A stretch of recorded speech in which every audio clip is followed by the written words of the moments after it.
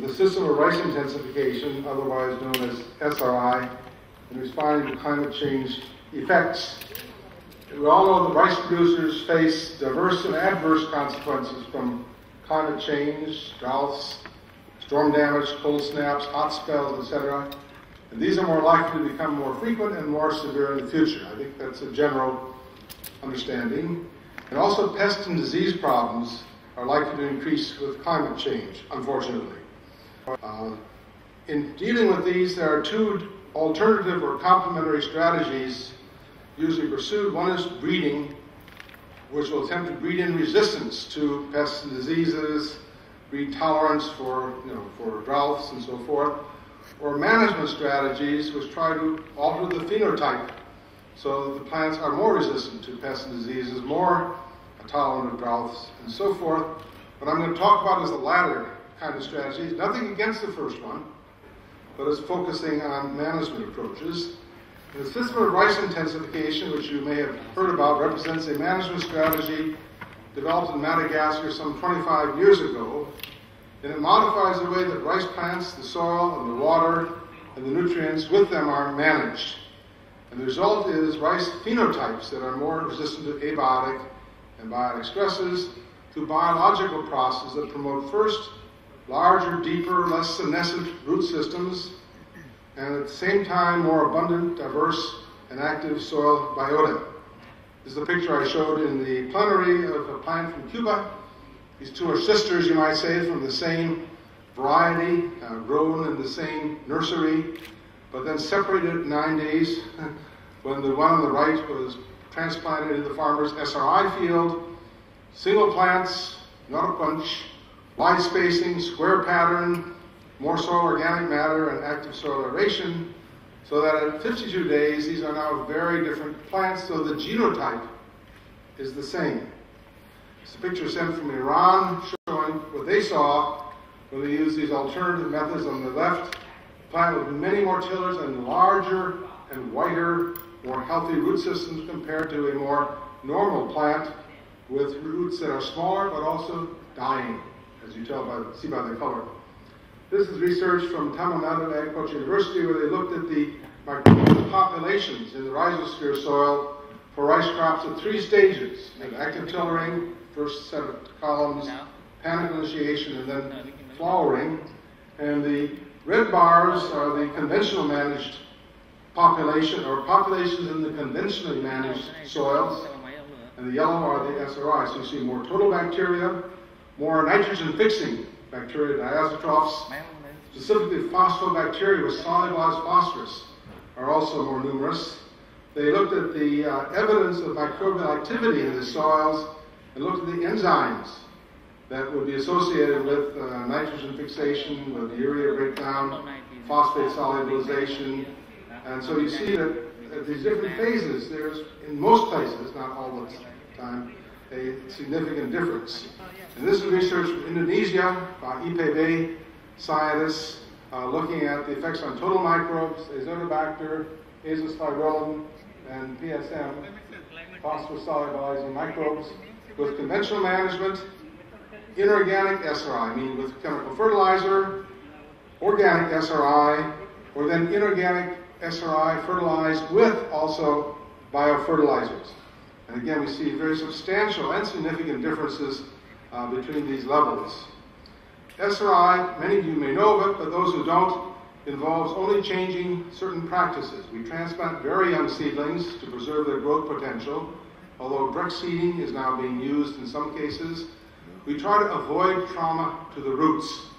So we transplant the seedlings very quickly, plant them very shallow, 1 or 2 centimeters. We don't stick them in the soil so the roots will come up, but in the soil gently so the soils are as horizontal as possible. Give the plants wide spacing, 1 plant per hill, in a square pattern preferably, so all plants are well exposed to sunlight for carrying out their photosynthesis. Keep the paddy soil moist, but not continuously saturated. And then actively aerate the soil. Actually, we call that weeding sometimes. When you weed with a little mechanical rotary hoe, you can churn up the soil, and that stimulates root growth and also populations of aerobic bacteria. And we enhance the soil organic matter as much as possible. You can use fertilizer, but our best results come with organic matter. And these methods work with practically all rice varieties. Some work better than others, and hybrids and HYVs will give the best response to these methods, but traditional varieties also give very good response. But for our purposes today, we're interested in their buffering effects for drought, storm damage, etc. We find, and we have evidence, which I could go into more detail if I had more time, we see there's reduced crop requirements for water, so farmers can get more crop per drop. There's greater water use efficiency at the plant level, which means increased fixation of CO2 per unit of water transpired. We see evidence of drought resistance in a more general sense. Sometimes even better yields in drought years than normal years because of greater sunlight, as long as you can manage that minimum of water for the plant. Resistance to storm damage and to cold temperatures, pest and disease resistance, a shorter crop duration, sometimes by 1 or 2 weeks. This means the plants can be harvested that much earlier so they're less exposed to the biotic and the abiotic stresses which come at the end of the season. And there's some evidence now that we get reduced greenhouse gas emissions.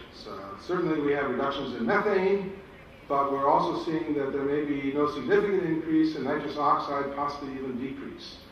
And if there is that, then we can say there's a net contribution to reducing greenhouse gases.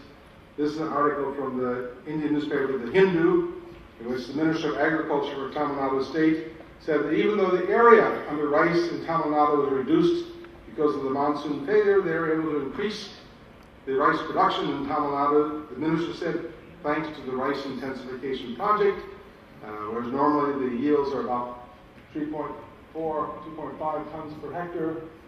He said with SRI we're getting between 6 and 9 tons per hectare. This is from research done by Dr. Amod Thakur, who will be speaking later this afternoon at another panel on his work looking at the ways in which the phenotype is affected. He looked at the ratio of photosynthesis to transpiration in plants, replicated trials, controlled conditions, and for 1 millimole of water lost by transpiration, the SRI plants were fixing 3.6 millimoles of CO2 versus 1.6 millimoles for plants according to the recommended management practices of the Central Rice Research Institute of India. And climate change will certainly make these kinds of gains in water efficiency increasingly important. The C4 transformation, which some scientists are working on, is not the only way to achieve more water-efficient phenotypes. We think that management, or an agroecological approach, which is currently available, won't cost any money, it's not a hypothetical improvement, is available for that. And this evidence comes from an article in Experimental Agriculture, which you might like to look at.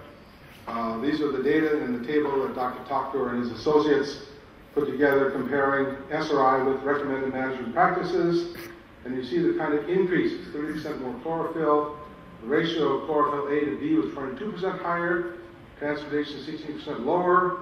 Net photosynthetic rate 89% higher. Stomatal conductance 15% lower. Internal CO2 concentration is 16% lower.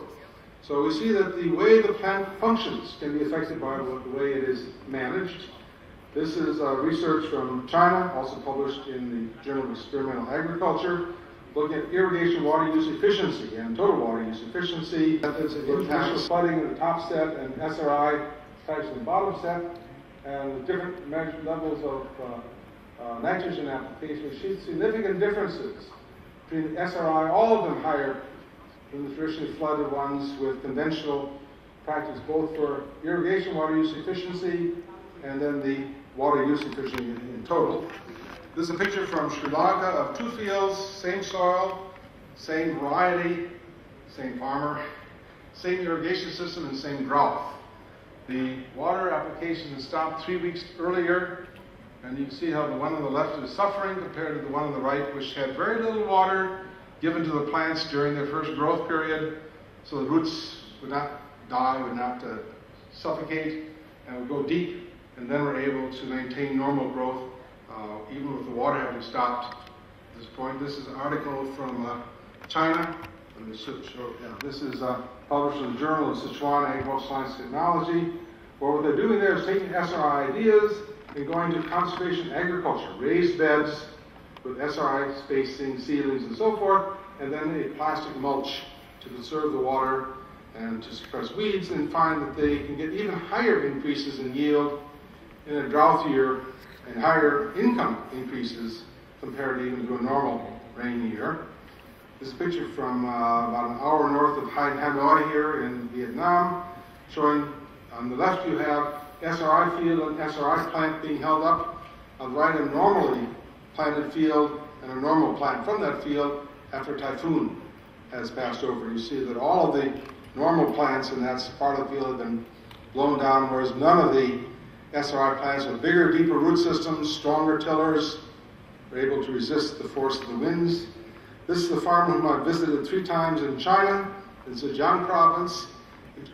2004 was his first year with SRI methods. He got the best yield in the whole province, 12 tons. Next year, his crop was hit by 3 typhoons in August, September. During the typhoon season, he still got a harvested yield of 11.15 tons, whereas all the neighbor fields were very badly affected.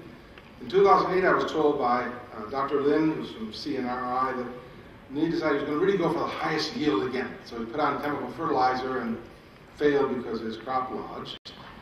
This is data reported from Japan, published in Paddy and Water Environment, looking at the effects of factorial trials being irrigated or intermittent irrigation and ordinary flooding, younger versus older seedlings, and then wider versus closer spacing.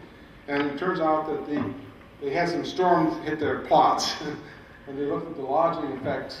The older seedlings, closer space and continuous flooding had huge lodging effects, whereas the young seedlings, intermittent irrigation and wide spacing had very little loss to this. This is an unintended experiment in India, Andhra, the Agricultural University in Andhra Pradesh, where they're doing IPM studies with SRI, but they had a cold snap, and the temperature went below 10 degrees centigrade for 5 days. As you see, it just wiped out the yield of the normal plants and normal plots, whereas SRI plots still gave the yield of a little over 4 tons. So I wouldn't say it'll last for 2 weeks of cold temperature, but at least for a 5-day cold snap, which can happen, there was no adverse effect.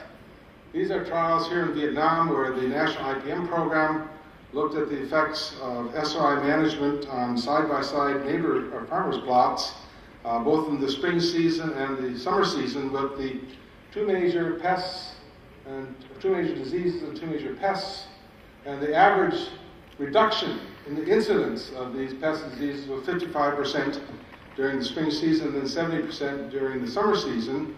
We've had farmers report this for years. This is the most systematic testing done by a very qualified technical body. They know how to count pests and disease effects here in Vietnam. Across 8 provinces, they saw this kind of effect. In Nepal, Rajendra Upreti, who's here in the audience, working with farmers in Morang district. I had data from 412 farmers using 8 different varieties. This is the usual duration of these varieties according to the researchers. With conventional methods, you would have that age. This was the average age duration with SRI management. This is the range.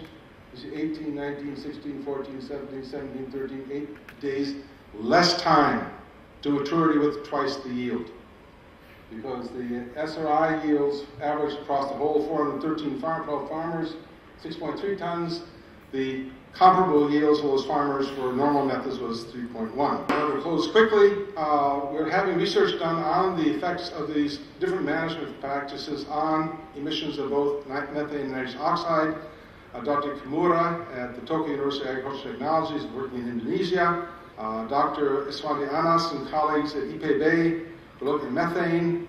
And what they found is, of course, with conventional management, the methane emissions are substantial. If you do inorganic SRI with fertilizer, it's better. But it's even better if you use organic methods, or perhaps even better if you use biofertilizers. And that's the nitrous oxide emissions. There's a paper published in the journal Global Biochemical Cycles.